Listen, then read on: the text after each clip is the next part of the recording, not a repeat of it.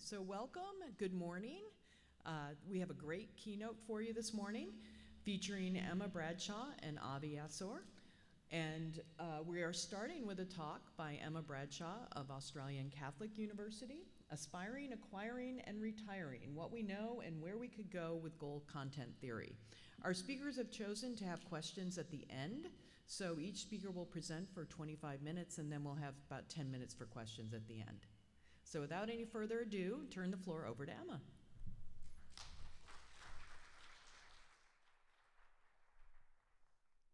Thank you, Tina. Am I on? Hi. Whoop. There's just two buttons. It seems like I should be able to handle this. Here we go. So it was the year 2015. NASA had just completed its first successful flyby of Pluto, sending home pictures like this one. After 10 long years, the new Star Wars film came out, and it was not terrible. And this man, he had never been the President of the United States of America. It was a good time. But I'm Emma Bradshaw, hello. I was in something at the midst of an existential crisis, trying to find my way in self-determination theory. I was fortunate, though, to be having my crisis in consultation with Professor Richard Ryan, to whom I was saying things like, what are the big unanswered questions? What really matters? What's publishable? To which Rich, ever the beacon of autonomy support, said, Emma, these are all very good questions, but what I'd like to know is, what are you passionate about? What's the question to which you are desperate for the answer? And so I paused and I reflected and I thought about the fact that psychology, academia is my third full-time career, one that I only found in my 30s after spending my 20s distracted by careers motivated by reasons of prestige and money, and both of which I found ultimately unfulfilling. And so I said, I want to know how you know if what you're doing is good for you and good for the world, or if what you're choosing to do is ultimately a reflection of kind of social conditioning and social pressure. And he said, it sounds like you should be studying goal contents theory. And so I did, and so I have. And in the better part of the 10 years since, I think I've become pretty confident about some of the answers to those questions. It's a confidence built mostly on meta-analysis, the results of a few of which I'm going to outline for you today. And in more recent years, I've begun asking some new and different questions about goal contents theory, the preliminary results of which I'd also like to touch on with you today. I think you'll find the what we know component of today's presentation quite satisfying because it supports a number of the theory's key propositions, and I think everyone in this room's general intuitions about how to live a good and meaningful life. The where we could go component is really just designed to whet your appetite because they're questions to which I don't necessarily have firm answers just yet, but I hope it stimulates some discussion and consideration. Now, I have no intention of teaching you how to walk and chew gum. I realize that everybody in the room knows about goal contents theory, but tried as I might, I could not start the story 10% of the way in. So I feel I'll just quickly outline what it is that we're talking about to set the scene and then move on. Of course, goal contents theory deals with intrinsic and extrinsic aspirations. The first proposition of the theory is that the life goals to which we aspire array along this continuum from extrinsic to intrinsic. We have four prototype intrinsic aspirations, personal, oh, goodness me. I've got to be really careful with that button. I'll just leave it. 4 prototype intrinsic aspirations, personal growth, relationships, community, and health, and 3 extrinsic aspirations, wealth, fame, and image. And the differentiation between those 2 aspiration types has been widely replicated across cultures and contexts and countries and using a variety of different methodologies. Also highly replicable is the finding that if you prioritize your extrinsic aspirations over your intrinsic aspirations, you will be sad. And if you prioritize your intrinsic aspirations over your extrinsic aspirations, you will be happy. This is, I think, the heart of the goal contents theory, the main claim, the key claim. And it is the thing that we found significant support for in our meta-analysis of the dark side of the American dream. Our search of the literature uncovered 92 studies since 1993 that have used this measure in relation to some index of well-being. And of the 92 studies, the 92 records, there were 105 studies comprising more than 1,800 effects derived thanks to more than 70,000 people. So a fairly robust data set.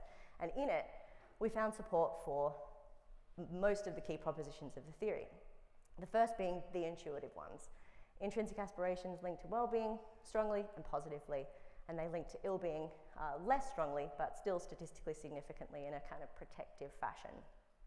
We also found what we were looking for with relation to extrinsic aspirations, but the story requires a little more nuance. And that's because extrinsic aspirations, as people who work with the measure will know, can be scored a couple of different ways. So can intrinsic aspirations, but scoring matters less to the conclusions here, so I'm just talking about extrinsic aspirations.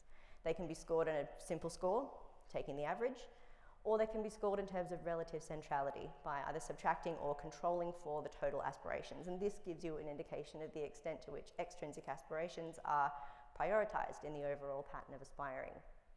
When both of those scoring methodologies were pooled in the meta-analysis, the link between extrinsic aspirations and well-being was non-existent. There was no link. And there was a weak but positive link on ill-being.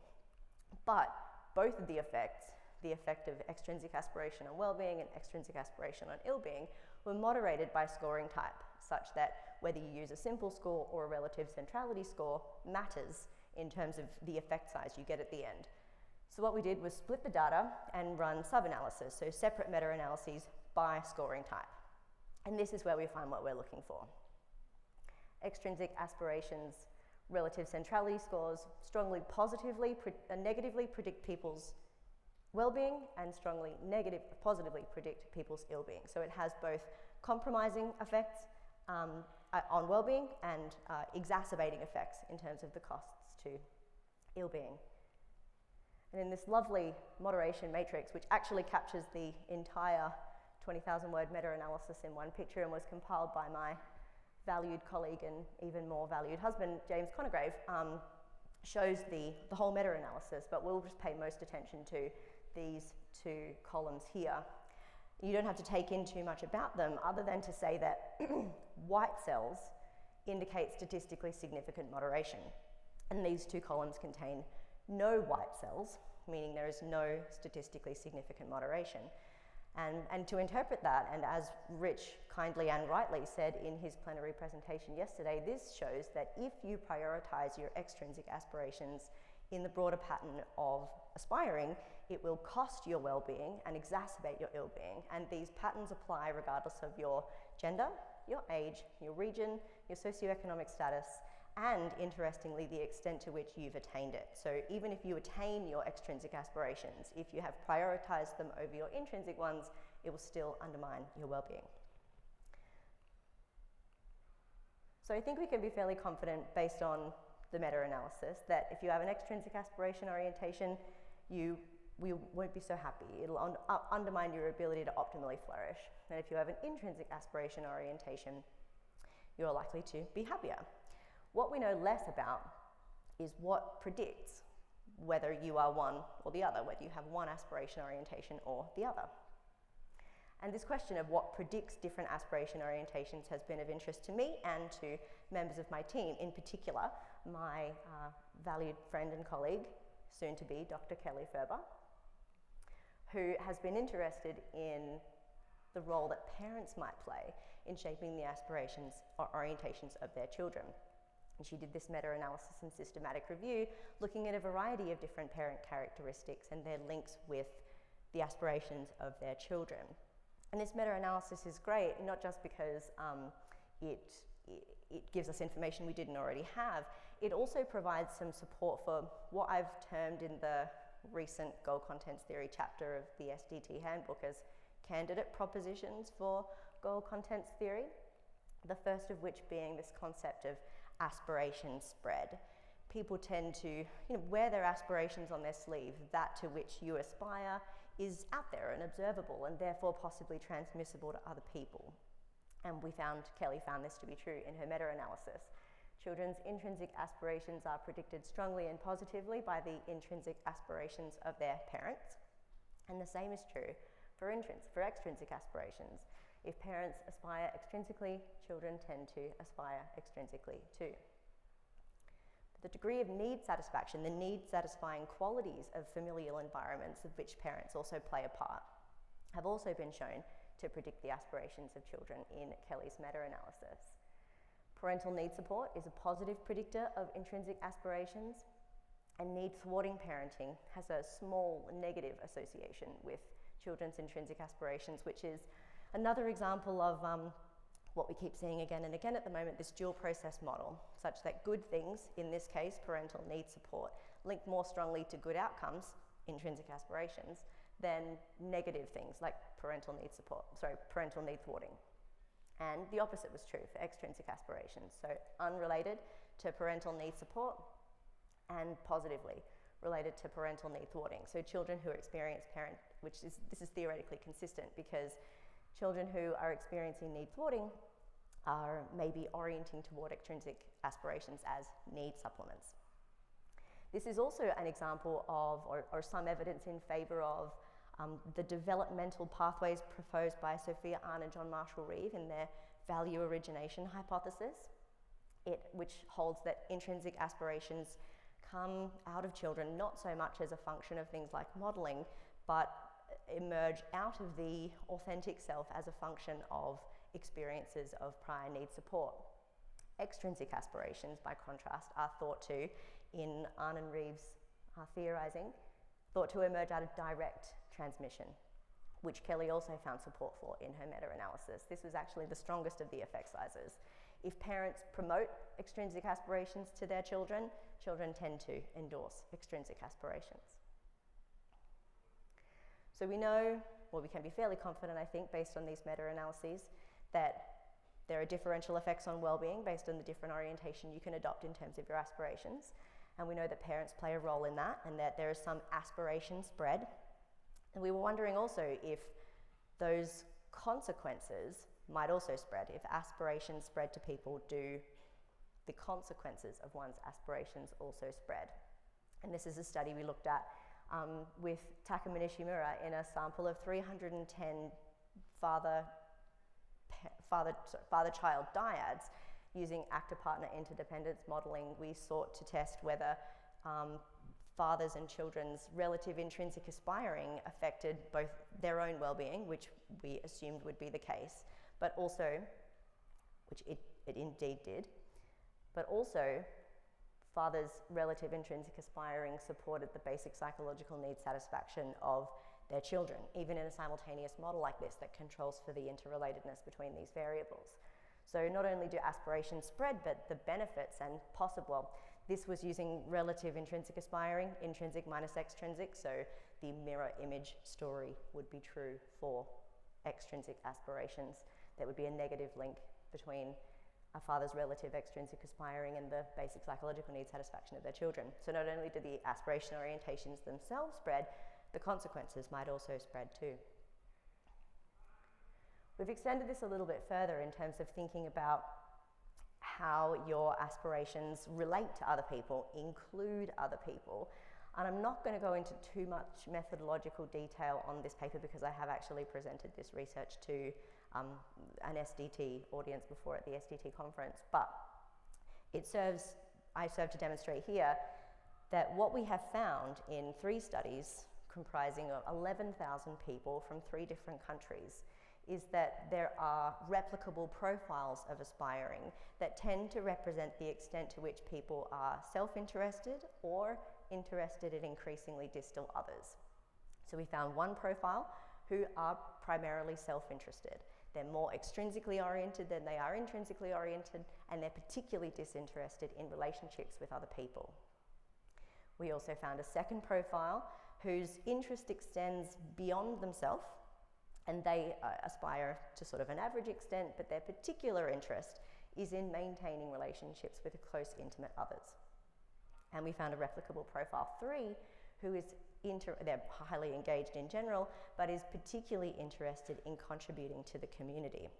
And I often say, in other words, in much the same way that onions and ogres have layers, it appears that our aspirational sphere of concern has layers too. And more important than discovering that we have these layers to our aspiration orientation, those layers actually predict you, the aspirer's well-being. People who have a broader sphere of concern for others tend to be progressively more happy. Profile 1, less happy than profile 2, who are less happy than profile 3. And this is true even controlling for the aspirations that comprise the profiles themselves. So there is unique predictive utility in belonging to one of these profiles, into belonging to these profiles. We've termed this integrative span. The broader your integrative span, the more spheres of concern you have and incorporate, the better off it appears you are. So moving on now to the where we could go, and I start with integrative span in the where we could go section because I want to touch on some research that one of my PhD candidates, Clive Hayden, is working on, where he's sort of turning this integrative span concept on its head. We had previously thought that integrative span was sort of an emergent quality, something that you could detect from within one's pattern of aspirations. But he is actually intending on increasing people's integrative span as a means of increasing their intrinsic aspirations. And he's going to do this in a really interesting way by running interventions in which he exposes people to their own ancestry, introduces people to the history of their family, and thus broadening that sort of the side of yourself as a part of a collective, and connecting you to people who you have no interaction with, no actual relatedness with, but increasing feelings of belonging by increasing that sphere of concern.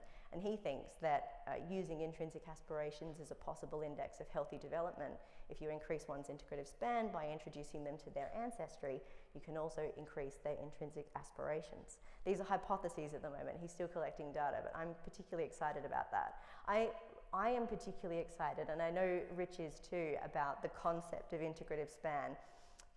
And maybe people in the room are too. If so, I'll be frank and say we struggled with understanding how to measure this, how to operationalize this concept. So if there are creative methodologists in the room interested in working with us on building this concept and its measurement, we would definitely want to hear from you about that.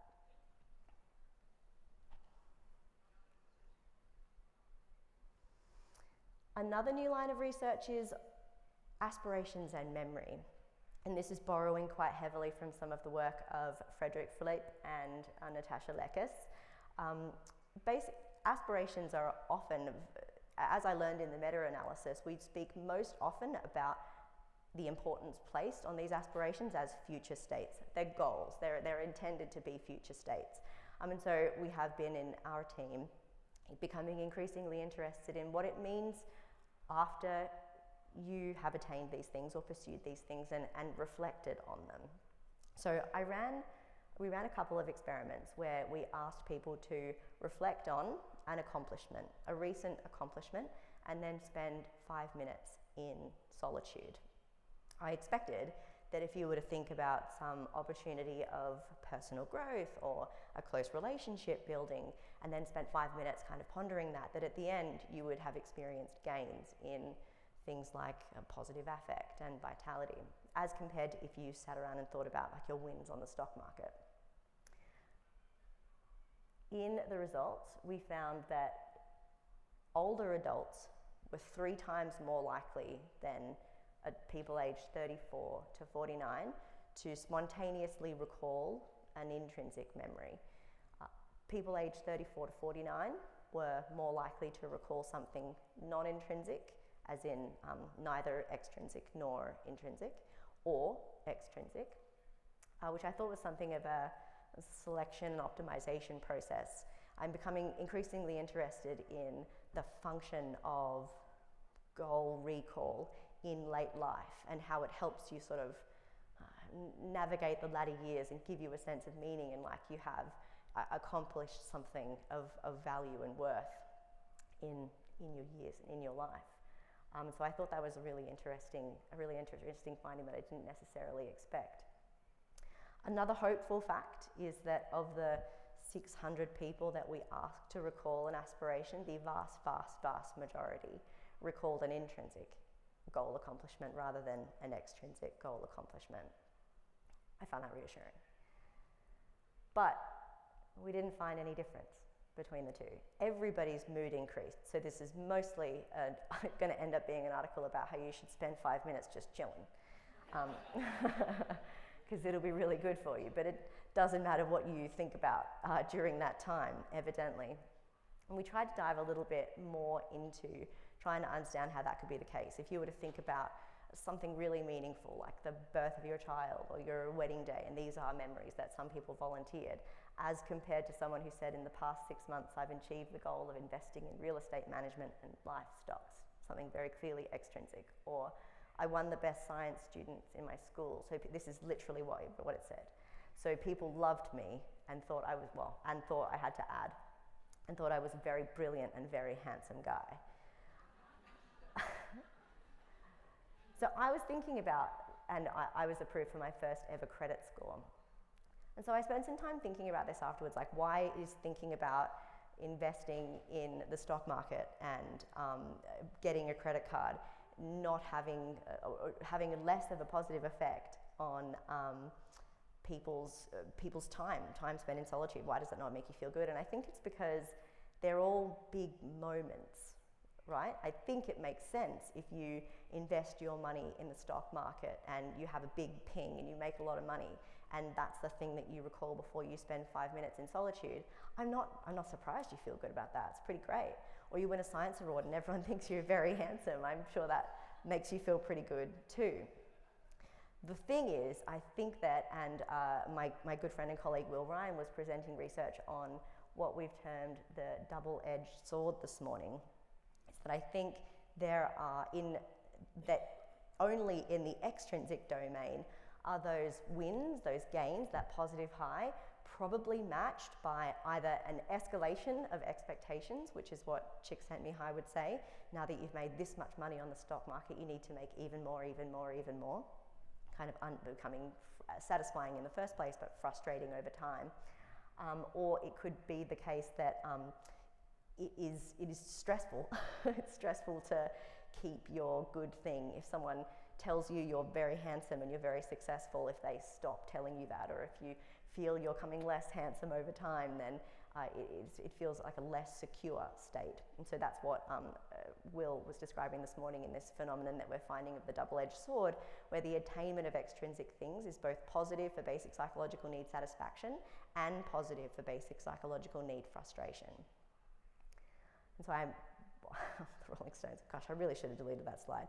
This is my joke saying that regardless of what the Rolling Stones say, you can always get what you want. It just might cost you. And so I want to bring us full circle now and come back to the beginning, where I was saying my hope was that I could research this field and learn something about what it is to how you can know if you're living a meaningful life versus a life that isn't. And I think I have. I think there's sort of three things. One, trust your gut. We see again and again and again, invariably in these studies, that people reliably report intrinsic aspirations as far more important than their extrinsic aspirations. People who have an extrinsic orientation are actually really rare, and I think probably overcoming, we know from the evidence, they're overcoming some need thwarting in life in order to have that kind of orientation. So I think on some level, we probably all know the good stuff that we should be pursuing. And that we need to also be aware of the delicious pull of the extrinsic. In this world, it's definitely the case that being popular and beautiful and cool and rich looks like it's a lot of fun. I'm sure it is. But it has costs, as I think we're finding. And the third thing, I've forgotten. I actually have. I've forgotten what the third thing is. But I think that the work from Integrative Span has shown that I think that the key guiding principle, if you're unsure, would be to be focusing on how you can help others and contribute positively to the work of others with your life goals and with your aspirations. And even if the rest kind of works itself out in the wash, with that kind of orientation, you'd be building your integrative span, building your well-being, and as we see from the aspiration spread stuff, that consequence and that orientation is likely to be feeding into the people around you in a positive way. Thank you.